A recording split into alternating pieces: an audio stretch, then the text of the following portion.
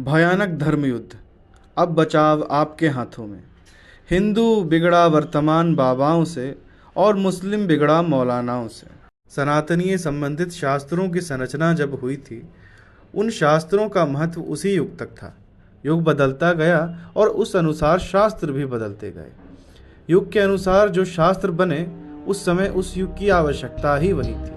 अब वे शास्त्र इस युग के लिए कोई महत्व नहीं रखते, क्योंकि पुराने युग के पहिए इस युग की मोटर गाड़ियों में फिट नहीं बैठते। संत, ऋषि, महर्षि आदि अपने अपने समय में पुराने शास्त्रों में सुधार करते गए। उन बने शास्त्रों में उनके रचयिताओं के अपने अपने मत भी शामिल हुए। इसी कारण कई धर्म बन गए। मुस्लिम समुदाय की उत्पत्ति सनातन से ही हुई है, लेकिन ये इन बातों को भूल गए और अपने धर्म के प्रति कट्टरपंथी बने हुए हैं, इनके ना सुधरने वाले मौलानाओं के कारण।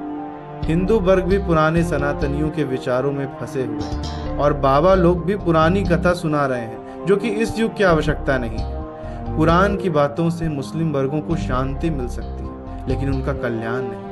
ठीक इसी प्रकार पुरानी परंपरा वाले शास्त्रों के ज्ञान से हिंदू वर्ग को शांति मिल सकती है, किंतु उनके दुख दर्द दूर नहीं हो सकते। जो पहले के ग्रंथ हैं, वह ग्रंथ इस युग की आवश्यकता नहीं है। हर पौराणिक संदर्भ में सुधार होता गया और वर्तमान उसका प्रतिफल है। पहले पुष्पक विमान हुआ करते थे, अब वे दिव्य और साधनाओं की तपस्या शक्ति से निर्मित हुआ करते थे। जब वह तपस्या विधि खो गई, तो उसकी संरचना विधि का भी ज्ञान नहीं मिला, जबकि वह हमेशा के लिए खोई नहीं, बल्कि ब्रह्मांड के महासागर में सुरक्षित हो गई। क्योंकि बुद्धि मन का जुड़ाव सहस्त्रार चक्र से होता है, जो ब्रह्मांड से जुड़ा होता है। अब वही तपस्या शक्ति के कारण मानवों में बुद्धि आई और उस कारण वर्तमान समय में विमान, अंतरिक्ष यान आदि बने। ब्रह्मांड में ईश्वरीय शक्ति व्याप्त है, इसीलिए कभी कभी ब्रह्मांड शक्ति के नाम कई जगह उद्भासित होते हैं। व्यक्ति जब ध्यान के तीसरे चरण में पहुंचता है, अर्थात ब्रह्मांड की शक्तियों से जुड़ता है, तो साधक की जो इच्छाएं होती हैं, उसे पूर्ण करने का संपूर्ण विधान ज्ञात हो जाता है और उस विधान के तहत सफलता मिल जाने पर प्राप्त विधान को विज्ञान कह दिया जाता है। सभी संतों, ऋषि, महर्षियों ने अपने मन के अनुसार ब्रह्मांडी शक्तियों से जुड़कर अपने मन अनुकूल सफलताएं प्राप्त कर ली और अपने अपने ग्रंथों की रचना कर दी। जिन्हें जो ग्रंथ पसंद आए, उस अनुसार सनातनीय सभ्यता के अनुसार कई धर्मों की उत्पत्ति हो गई।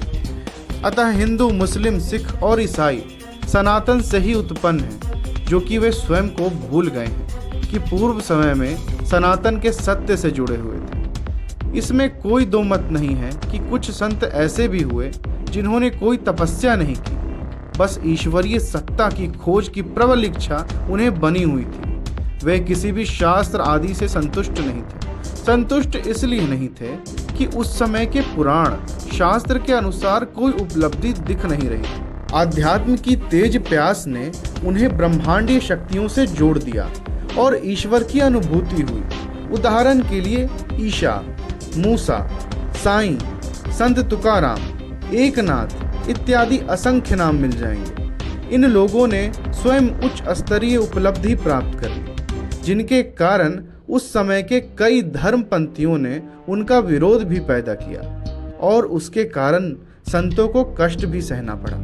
जैसा कि मैं अचानक ऐसी बातों का उल्लेख कर रहा हूँ, तो कई विरोधी पक्ष के लोग मेरे विषय में उल्टा सीधा समझेंगे। जो नहीं समझना चाहते वे ना ही समझें। उन्हें जो अच्छा लगता है वे वही जाने के लिए स्वतंत्र हैं। मुझे उक्त संदर्भ की चर्चा इसलिए करनी पड़ी क्योंकि लोग सावधान हो सकें और खुले मन से सत्य सनातन को स्वीकार कर लें। यदि ऐसा नहीं करते तो शीघ्र ही धर्म युद्ध होने वाला है। खासकर हिंदू मुस्लिम लड़ेंगे और एक दूसरे का खून बहाएंगे, जो कि मुझे यह देखकर अच्छा नहीं लगेगा। यह जनसंख्या कम होने का यह भी कारण बनेगा। मैं यह भी जानता हूं कि विजय सनातन की होगी, अतः सावधान रहें और सुरक्षित रहें। ईश्वरीय सत्ता को स्वीकार करें, सत्य को अपनाएं, सनातनी स्वयं बन जाएं। यदि कोई प्रश्न हो तो निसंकोच लिखें। उपयुक्त संदर्भ को एक वीडियो के माध्यम से समझाना दुष्कर कार्य है। विज्ञान महान नहीं, सनातन महान है। सिर्फ व्हाट्सएप करें। हमारे साथ वीडियो में अंत तक बने रहने के लिए धन्यवाद।